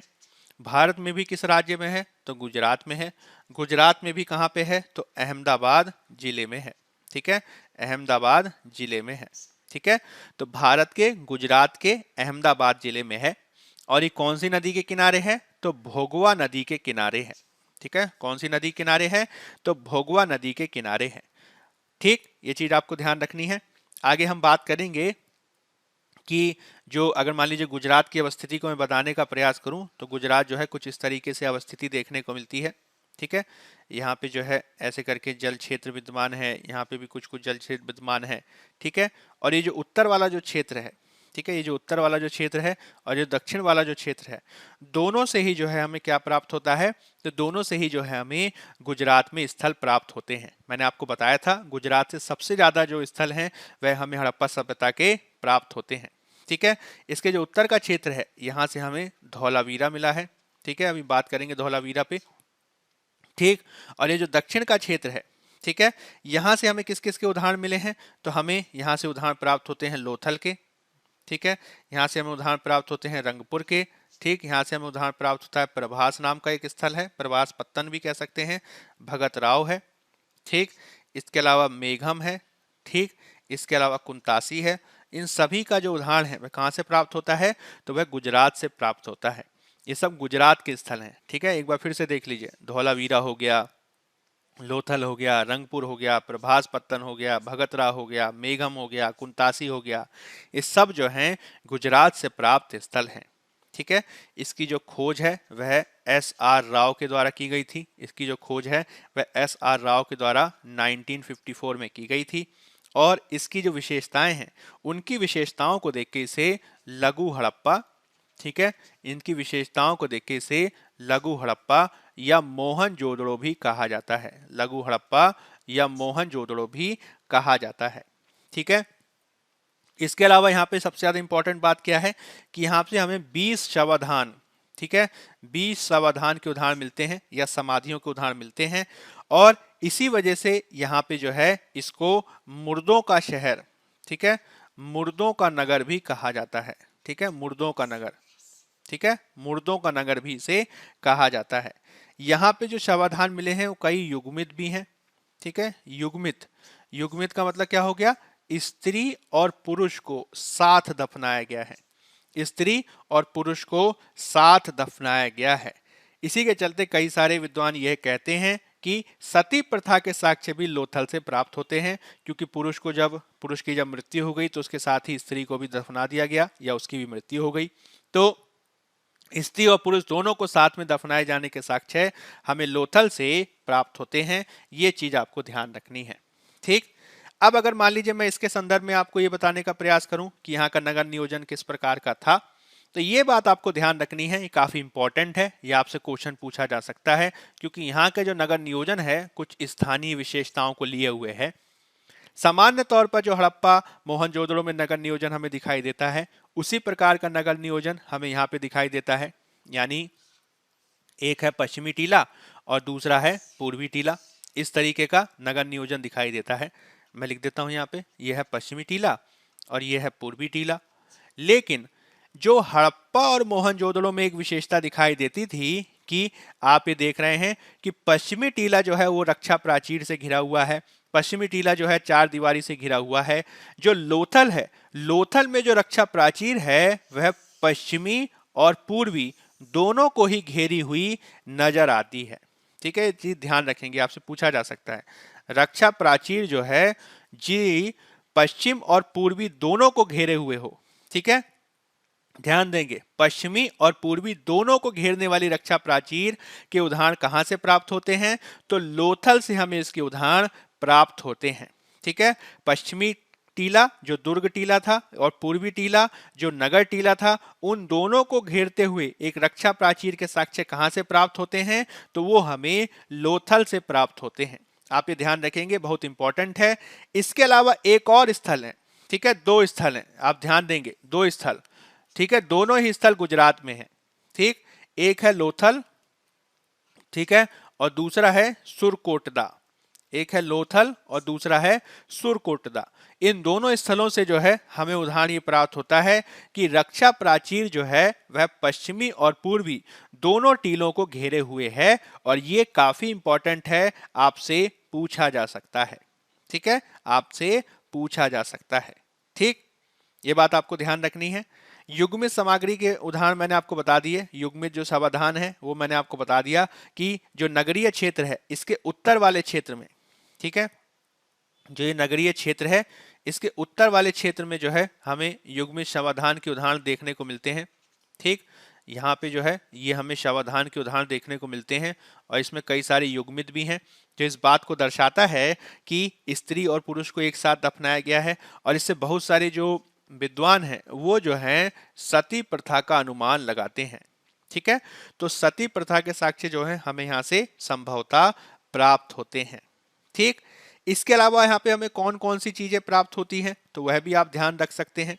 जैसे कि अन्य कौन कौन सी प्राप्तियां हैं, अन्य प्राप्तियां, तो अन्य प्राप्तियों में जो है दो चार उदाहरण आप याद रख सकते हैं। जैसे कि पहली चीज आपको ध्यान रखनी है कि यहाँ पे हमें रंगने के लिए, ठीक है, कपड़ों को रंगने के लिए रंगाई के कुंड, ठीक है, कपड़ों को रंगने के लिए रंगाई के कुंड प्राप्त होते हैं। यानी माना जाता है कि हो सकता है यहाँ पे कपड़ों की रंगाई की जाती होगी। ठीक, इसके अलावा जो है यहाँ पे आटा पीसने की चक्की प्राप्त होती है। ठीक है, आटा पीसने की चक्की प्राप्त होती है, आटा पीसने की चक्की प्राप्त होती है, ये भी आप ध्यान रखेंगे। यानी यहाँ पे उत्पादन कार्य काफी महत्वपूर्ण रूप से किया जाता था। ठीक, इसके अलावा आप ध्यान रखेंगे कि यहां से हमें मनके बनाने के कारखाने, ठीक है, बीड्स जो होते हैं मोती की तरह, मनके बनाने के कारखाने जो है देखने को मिलते हैं। मनके बनाने के कारखाने भी यहाँ पे हमें प्राप्त हुए हैं। इसके अलावा यहाँ पे हमें अग्निकुंड के साक्ष्य मिलते हैं। किसके साक्ष्य? अग्निकुंड के। ये जो अग्निकुंड के साक्ष्य हैं वो वर्गाकार अग्निकुंड भी मिलता है, ठीक है, और वृत्ताकार भी मिलता है। वर्गाकार भी मिलता है और वृत्ताकार अग्निकुंड के साक्ष्य भी देखने को मिलते हैं। ठीक है, तो वर्गाकार और वृत्ताकार दोनों प्रकार के अग्निकुंड के साक्ष्य जो हैं वह हमें यहाँ से देखने को मिलते हैं। आपको ये चीज ध्यान रखनी है। अग्निकुंड के जो साक्ष्य हैं वे आगे आप देखेंगे कालीबंगा से भी देखने को मिलते हैं। ठीक है, अग्निकुंड के जो साक्ष्य हैं वह आगे कालीबंगा से भी देखने को मिलते हैं। इसके अलावा यहाँ से जो है हमें धान या जिसे चावल कह सकते हैं इसके साक्ष्य देखने को मिलते हैं। धान या चावल के साक्ष्य देखने को मिलते हैं और साथ ही साथ हमें यहाँ पे बाजरे के भी साक्ष्य देखने को मिलते हैं। बाजरे के भी साक्ष्य देखने को मिलते हैं। इसके अलावा और भी कुछ विशेषताएं आप ध्यान रख सकते हैं। जैसे कि आप ध्यान रख सकते हैं यहाँ पे हमें एक मम्मी का मॉडल प्राप्त हुआ है। ठीक है, मम्मी जो है बनाने की जो वो व्यवस्था थी वो मिस्र में थी और यहाँ से मम्मी का मॉडल प्राप्त हुआ है जो इस बात को दर्शाता है कि सिंधु घाटी सभ्यता के मिस्र के साथ भी संबंध थे। मैंने आपको बताया था मोहनजोदड़ो से जो है हमें बेलनाकार मोहरें प्राप्त होती हैं जो मेसोपोटामिया के साथ उसके संबंध को सिद्ध करती हैं। इसी प्रकार से लोथल के क्षेत्र से हमें मम्मी का मॉडल प्राप्त होता है जो मिस्र के साथ इसके संबंध को स्पष्ट करता है। ठीक है, इसके अलावा यहाँ पे जो मोहरें प्राप्त हुई हैं, ठीक है, जो सील्स प्राप्त हुई हैं उस पे गोरिल्ला बना हुआ है। ठीक, उस पे 12 सिंगा बना हुआ है, गोरिल्ला बना हुआ है, 12 सिंगा बना हुआ है, जो इस बात को दर्शाता है कि हड़प्पा सभ्यता के लोग इन जंतुओं से संभवतः परिचित थे। ठीक, इसके अलावा यहाँ पे एक ऐसी मोहर प्राप्त हुई है, यहाँ पे एक ऐसी मोहर प्राप्त हुई है, ठीक है, जिसमें दो राक्षस के मुंह की, ठीक है, दो राक्षस, ठीक है, इसको इस तरीके से लिखेंगे, एक मिनट, हाँ, दो मुंह वाला राक्षस, ठीक है, दो मुंह वाला राक्षस जो है वह दिखता है। दो मुंह वाला राक्षस, दो मुंह वाला राक्षस, ये जो दो मुंह वाला राक्षस है ये विशेषता जो है हमें फारस से दिखती है। ठीक है, कहां से दिखती है? फारस यानी ईरान के क्षेत्र से। तो इस मोहर को देख के बहुत सारे जो विद्वान हैं वो ये अनुमान लगाते हैं कि फारस के क्षेत्र से भी जो है इसका संबंध था। ठीक है, फारस के क्षेत्र से भी इसका संबंध था। यानी हड़प्पा सभ्यता के विदेशी संबंधों को आप यहां से जोड़ सकते हैं कि हड़प्पा सभ्यता तत्कालीन सभ्यताओं के साथ किस प्रकार से आपस में जुड़ी हुई थी। जैसे कि मेसोपोटामिया से संबंधों को दिखाने के लिए हमें यहाँ पे बेलनाकार मोहरें मिलती हैं। मिस्र के साथ संबंधों को दिखाने के लिए मम्मी का मॉडल मिलता है। इसके अलावा दो मुंह वाले राक्षस की मोहर प्राप्त होती है जो फारस के साथ इसके संबंध को दर्शाती है। ठीक है, फारस के साथ इसके संबंध को दर्शाती, फारस यानी आज का ईरान। ठीक, ये बात ध्यान रखेंगे। इसके अलावा सबसे ज्यादा जो इंपॉर्टेंट बात है जो इसे एक महत्वपूर्ण व्यापारिक स्थल बना देता है वो है यहां से प्राप्त हुआ एक गोदी बाड़ा। ठीक है, यहां से प्राप्त हुआ गोदी बाड़ा, इसे अंग्रेजी में कहते हैं डॉक यार्ड। ठीक है, डॉक यार्ड, या इसे कोई कोई विद्वान कहते हैं बंदरगाह। ठीक है, तो लोथल सबसे ज्यादा इंपॉर्टेंट किसके लिए है? तो गोदी बाड़ा के लिए, डॉक यार्ड के लिए या फिर बंदरगाह के लिए, जहां पे जहाज आया करते थे, रुका करते थे और हड़प्पा सभ्यता का विदेशी व्यापार को आगे बढ़ाने में इसकी काफी महत्वपूर्ण भूमिका है। ठीक है, यह जो है जल के माध्यम से होने वाले विदेशी व्यापार को दर्शाता है और ये जो है सबसे ज्यादा परीक्षा के दृष्टिकोण से महत्वपूर्ण है। ठीक है। इसके अलावा यहां से भी जो है हमें बेलनाकार मोहरें प्राप्त होती हैं, यहां से भी जो है हमें बेलनाकार मोहरें प्राप्त होती हैं।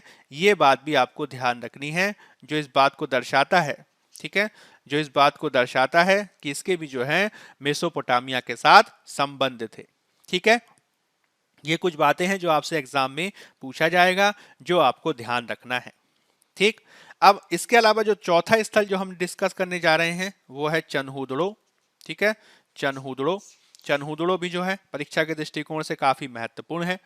चनहूदड़ो कहाँ पे है? तो पाकिस्तान के सिंध प्रांत में है, पाकिस्तान के सिंध प्रांत में है। ठीक है, और ये मोहनजोदड़ो से, मोहनजोदड़ो के पास है, मोहनजोदड़ो के पास है। ठीक है, पास का मतलब क्या हुआ कि इससे लगभग आप कह सकते हैं 130 किलोमीटर ही दूर था, बहुत ज्यादा दूर नहीं था, पास में था। ठीक है, 130 किलोमीटर दूर था, और यह भी जो है सिंधु नदी के तट पर है।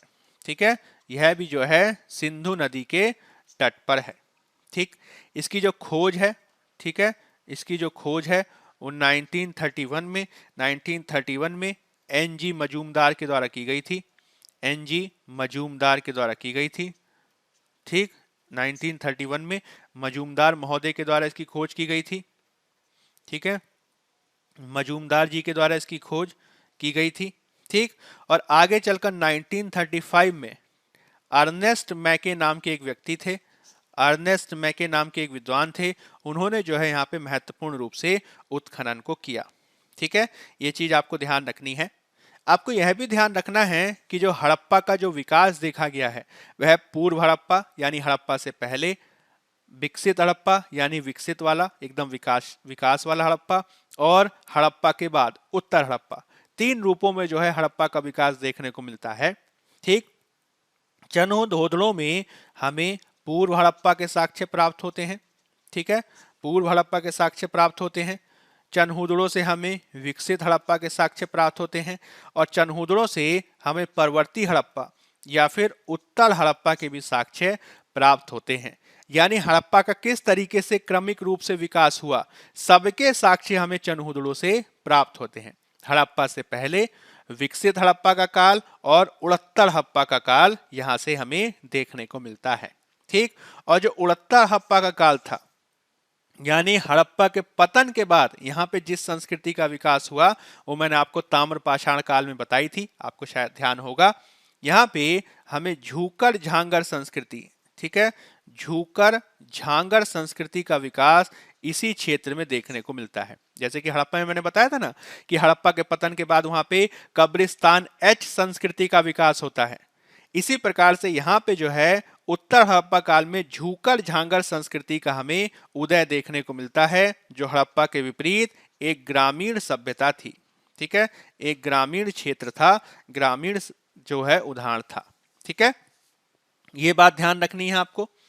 इसके अलावा अगर मान लीजिए मैं यहाँ के नगर नियोजन की बात करूं, तो नगर नियोजन में जो सबसे ज्यादा इंपॉर्टेंट बात है वो ये है कि दूसरे स्थलों के समान ही, ठीक है, दूसरे स्थलों के समान ही यहाँ पे हमें पश्चिमी टीला देखने को मिलता है।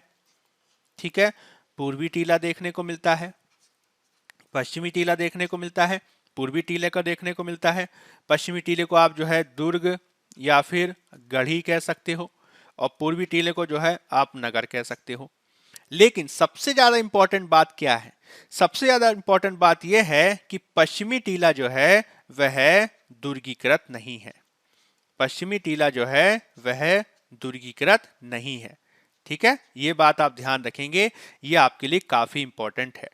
हड़प्पा में हमने देखा पश्चिमी टीला दुर्गीकृत है, मोहनजोदड़ो में हमने देखा पश्चिमी टीला दुर्गीकृत है, लोथल में हमने क्या देखा, पश्चिमी टीला और पूर्वी टीला दोनों जो है एक ही रक्षा प्राचीर से घिरे हुए हैं, और ये चनहूदड़ो में तो किसी भी प्रकार के दुर्गीकरण के साक्ष्य प्राप्त नहीं होते हैं। ये बात आपको ध्यान रखनी है, आपसे एग्जाम में पूछा जा सकता है। ये नगरीकरण की कुछ विशिष्टताएं हैं जो आपको ध्यान रखनी है, जो आपसे किसी भी साल क्वेश्चन पूछा जा सकता है। ठीक है, अगर मान लीजिए मैं प्राप्तियों की बात करूं, यहां से कौन कौन सी महत्वपूर्ण चीजें प्राप्त हुई हैं जो आपसे एग्जाम में पूछा जा सकता है, तो पहली चीज जो है वो यहां से हमें मनके के कारखाने प्राप्त होते हैं। ठीक है, मनका का कारखाना, मनके के कारखाने जो है हमें लोथल से भी मिले थे। इसके अलावा जो है यहाँ पे हमें सौंदर्य प्रसाधन की बहुत सारी वस्तुएं प्राप्त होती हैं। सौंदर्य प्रसाधन, ठीक। सौंदर्य प्रसाधन में क्या है, कुछ लिपस्टिक जैसी चीज हमें प्राप्त होती है, ठीक है। लोग बोलते हैं, इतिहासकार कहते हैं कि ये लिपस्टिक है, ठीक है। यहाँ से हमें जो है कंघे के साक्ष्य प्राप्त होते हैं, यहाँ से हमें इत्र के साक्ष्य प्राप्त होते हैं। यानी जो सौंदर्य प्रसाधन है, मेकअप वगैरह के जो साधन हैं, उनके जो साक्ष्य हैं वो हमें यहाँ से प्राप्त होते हैं, ठीक। इसके अलावा यहाँ पे जो ईंटें हुआ करती थी, ईंटें जो हैं हमें वक्राकार देखने को मिलती हैं। ईंटें जो हैं हमें वक्राकार यानी इस तरीके के चांद के आकार की ईंटें जो हैं हमें देखने को यहाँ पे मिलती हैं। तो वक्राकार ईंट के जो साक्ष्य हैं वह हमें यहाँ पे देखने को मिलते हैं, ठीक। इसके अलावा यहाँ पे जो है हमें कुछ पंजों के निशान देखने को मिलते हैं ईंट पर, ठीक है। ईंट पर पंजों के निशान, ईंट पर पंजों के, ईंट पर पंजों के निशान, ईंट पर पंजों के निशान क्या मिलता है, ईंट पर पंजों के निशान। जैसे कि मान लीजिए सड़क वगैरह बिछाई जा रही होगी और वो सड़क थोड़ी सी गीली होगी, तो उस पर जो है कुछ पंजों के निशान देखने को मिलते हैं, जिसमें बिल्ली और कुत्ता, ठीक है। बिल्ली और कुत्ता के पंजों के निशान देखने को मिलते हैं। यानी बिल्ली का पीछा करता हुआ कुत्ता, ठीक है। बिल्ली के मिले, पीछे पीछे कुत्ते के मिले, तो इतिहासकारों ने अनुमान लगाया कि बिल्ली का संभवतः पीछा कर रहा होगा कुत्ता, उसके साक्ष्य देखने को मिलते हैं, ठीक है। ईंट वगैरह शायद गीली होगी और उस पर जो है कुत्ता बिल्ली दोनों भाग रहे थे, तो उनके जो पंजे के निशान जो है उस पर गड़ गए, जो हमें देखने को मिलते हैं, ठीक है। तो ये चीज आपको ध्यान रखनी है, ये आपसे पूछ सकते हैं किसी भी साल एग्जाम में, ठीक। अब अगर मान लीजिए मैं कालीबंगा के कुछ साक्ष्य उदाहरण आपको बताने का प्रयास करूं, कालीबंगा, तो पहली बात आपको क्या ध्यान रखनी है, कालीबंगा जो है राजस्थान में है, ठीक। दूसरी बात आपको क्या ध्यान रखनी है, राजस्थान के ये गंगानगर में है, ठीक। और तीसरी बात आपको क्या ध्यान रखनी है कि ये घग्गर नदी के तट पर है, ठीक है, घग्गर नदी के किनारे। घग्गर नदी को जो है सरस्वती सभ्यता का या सरस्वती नदी का एक अवशेष माना जाता है, ठीक है। तो घग्गर नदी के किनारे जो है कालीबंगा बसा हुआ था, ठीक है। इसकी जो खोज है वह 1957 में अमलानंद घोष के द्वारा की गई। अमलानंद घोष, मैंने आपको बताया था जब हमने इसके उद्गम पे बात की थी, तो बहुत सारे विद्वान हैं ये कह रहे हैं कि अमलानंद घोष जैसे कि कहते थे कि राजस्थान की सोथी संस्कृति से हड़प्पा सभ्यता का विकास हुआ। रोमिला थापर जैसे विद्वान कह रहे हैं कि ईरानी बलूची संस्कृति से विकास हुआ। बहुत सारे विदेशी विद्वान ये कह रहे हैं कि नहीं, जो हड़प्पा सभ्यता का विकास हुआ है वह मेसोपोटामिया से हुआ है। तो इस तरीके का विवाद जो है देखने को मिलता है, ठीक। तो इन्होंने खोज की। आगे चलकर 1960s और उसके बाद में जो है हम बीके थापर का भी नाम इसमें पाते हैं, जिन्होंने यहाँ के उत्खनन में महत्वपूर्ण भूमिका को निभाया, ठीक।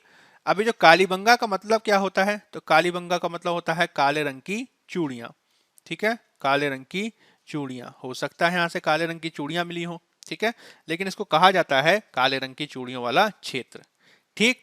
अब नगर नियोजन के संदर्भ में सबसे ज्यादा इंपॉर्टेंट बात आपको क्या ध्यान रखनी है, तो देखिए यहाँ पे भी हमें पश्चिमी टीला प्राप्त होता है और यहाँ पे भी हमें पूर्वी टीला प्राप्त होता है। ये क्या है, पश्चिमी टीला है, ठीक। ये क्या है, पूर्वी टीला है। तो पश्चिमी टीला और पूर्वी टीला दोनों के साक्ष्य देखने को मिलते हैं, लेकिन सबसे ज्यादा इंपॉर्टेंट बात क्या है, सबसे ज्यादा इंपॉर्टेंट बात यह है कि यहाँ पे पश्चिमी टीला भी दुर्गीकृत है और पूर्वी टीला भी दुर्गीकृत है। ध्यान देंगे इस बात को, ठीक है।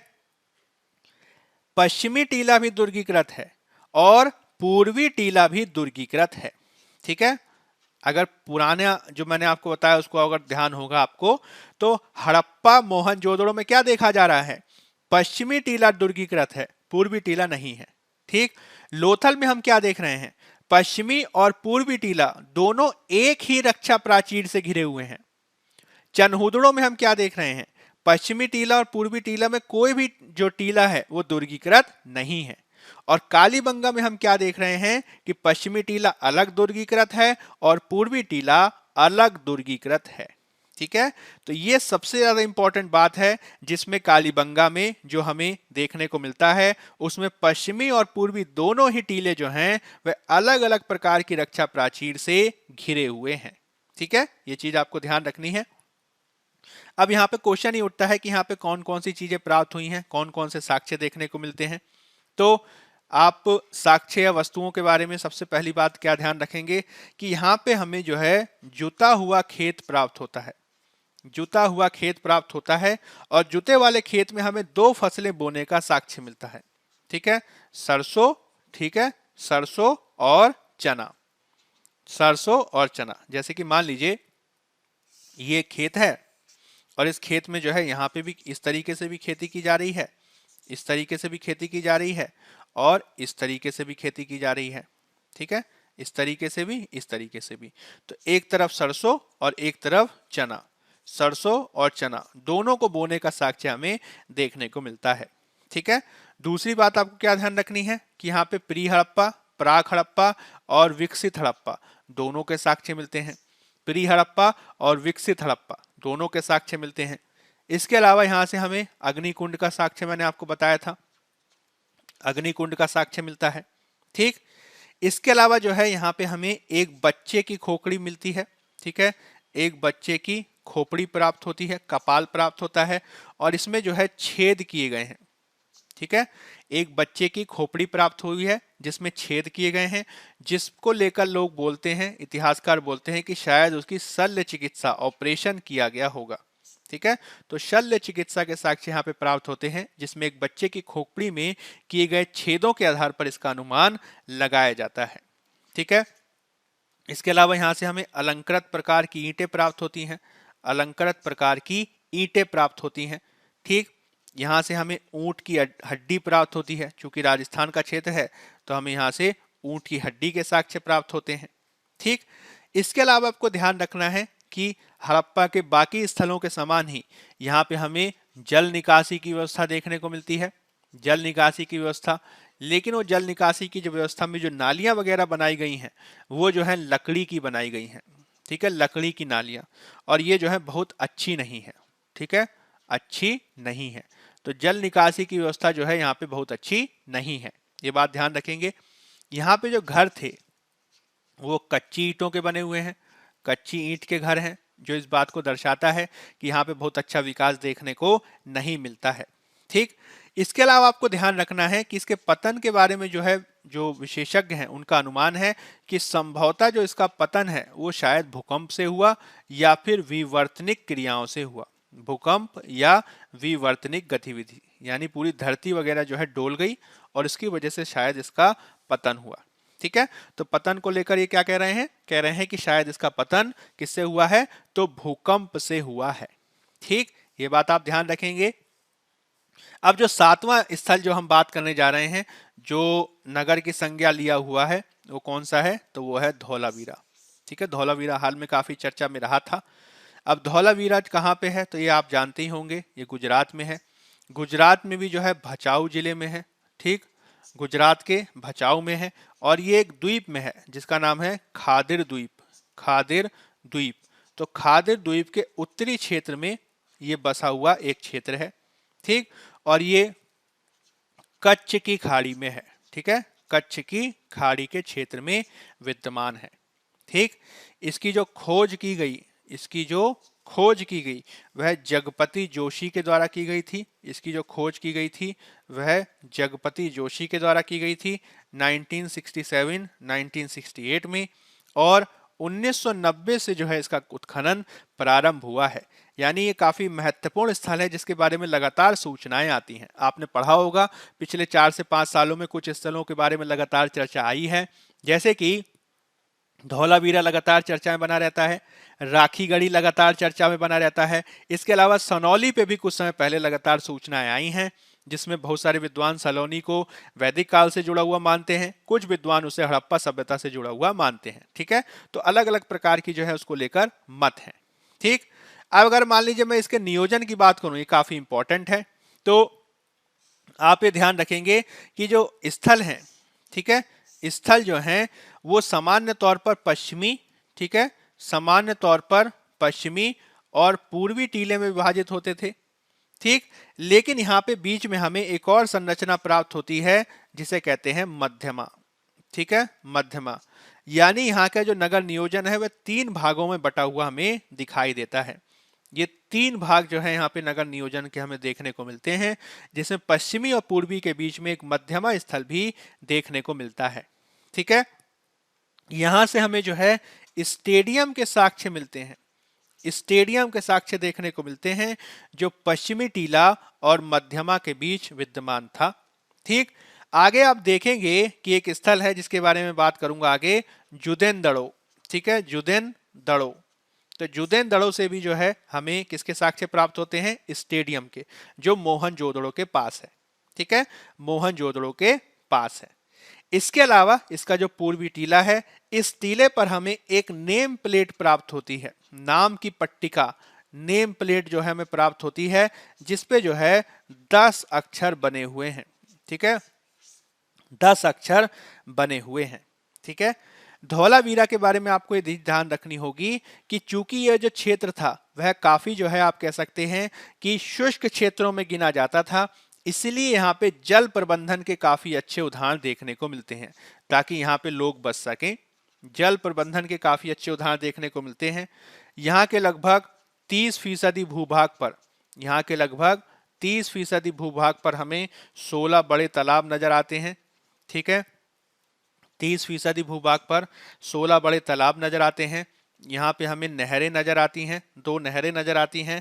ठीक, या नालियां भी उन्हें कह सकते हैं, नहरें या नालियां प्राप्त होती हैं। और यहाँ पे हमें वर्षा जल प्रबंधन, वर्षा जल संचयन के भी साक्ष्य प्राप्त होते हैं, वर्षा जल संचयन के भी साक्ष्य प्राप्त होते हैं, जो इस बात को दर्शाता है कि यहाँ पे जो जल प्रबंधन की जो व्यवस्था थी वो काफी बेहतर थी।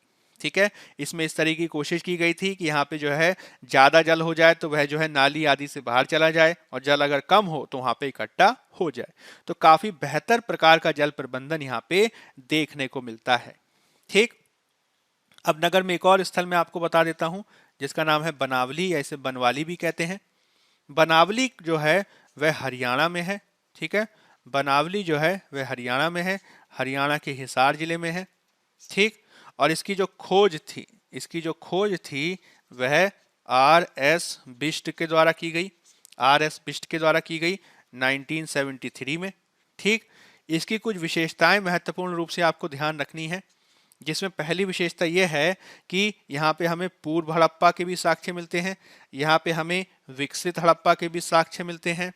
ठीक, और यहाँ पे हमें उत्तर हड़प्पा के साक्ष्य भी मिलते हैं, पूर्व हड़प्पा, विकसित हड़प्पा और उत्तर हड़प्पा। इसके अलावा यहाँ पे काफी अच्छी किस्म की, ठीक है, अच्छे किस्म की जौ के साक्ष्य मिलते हैं, अच्छे किस्म की जौ के साक्ष्य मिलते हैं। ठीक, इसके अलावा हमें यहाँ पे मिट्टी का हल प्राप्त होता है, मिट्टी के हल की आकृति देखने को मिलती है। इसके अलावा यहाँ की जो जल निकासी प्रणाली थी वो काफी अच्छी नहीं थी, जल निकासी प्रणाली जो है वो हमारी खराब है। ठीक है, जल निकासी प्रणाली यहाँ पे हमें खराब देखने को मिलती है। कुछ और स्थलों की मैंने बात की थी, शायद आपको ध्यान होगा जहाँ पे जल निकासी प्रणाली अच्छी नहीं थी, ध्यान दीजिएगा कौन सा वह स्थल था। ठीक, तो ये कुछ बातें हैं मैंने आपको बताया, जो मैंने आपको शुरुआत किया था। तो शुरुआत में मैंने आपको बताया था कि जब हम हड़प्पा सभ्यता से संबंधित स्थलों की बातें करते हैं तो हड़प्पा सभ्यता से संबंधित स्थलों में 7 महत्वपूर्ण स्थल ऐसे हैं जिनको नगर की संज्ञा दी गई है। ये 7 जो स्थल हैं उनकी चर्चा मैंने आपके साथ की। इन स्थलों की विशेषताओं को आपको ध्यान रखना है और आपसे किसी भी साल इनसे संबंधित क्वेश्चन पूछा जा सकता है। ठीक है, अब आप देखिए क्या करेंगे। सबसे पहला जो पिछली क्लास हुई थी मैंने आपको बताया था कि आप जो है मैप पर इन स्थलों को लोकेट करेंगे, इन स्थलों को देखेंगे। ठीक है, कौन कौन से स्थल हैं।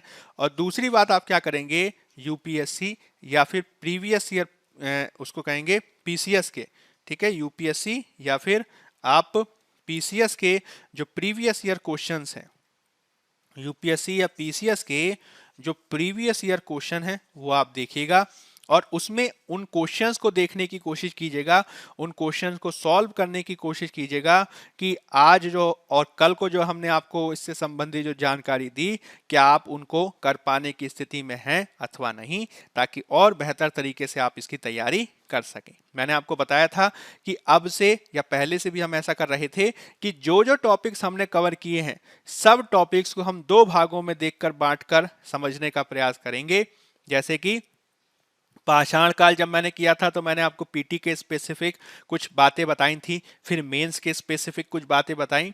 इसी प्रकार से हड़प्पा सभ्यता में भी अभी हम पीटी के स्पेसिफिक बहुत सारी बातें बता रहे हैं और फिर उसके बाद हम मेंस के स्पेसिफिक की बात करेंगे। इससे होगा क्या कि प्रारंभिक परीक्षा और मुख्य परीक्षा दोनों की तैयारी आपकी काफी अच्छी हो जाएगी। ठीक है, अब जो कल की आपकी क्लास होगी उसमें हम कुछ अन्य महत्वपूर्ण स्थलों के बारे में बात करेंगे और पिछले साल में जो क्वेश्चन पूछे गए हैं उससे संबंधित कुछ जानकारी मैं आपको प्रदान करने का प्रयास करूंगा। ठीक है, तो होपफुली जो आज की जो क्लास है वह आपके लिए लाभकारी रही होगी। आप हमें बताइएगा कि आप जो है इसमें और किस प्रकार की बातों को इनपुट को चाहते हैं, ताकि हम इसमें और भी बातें आपको बता सकें।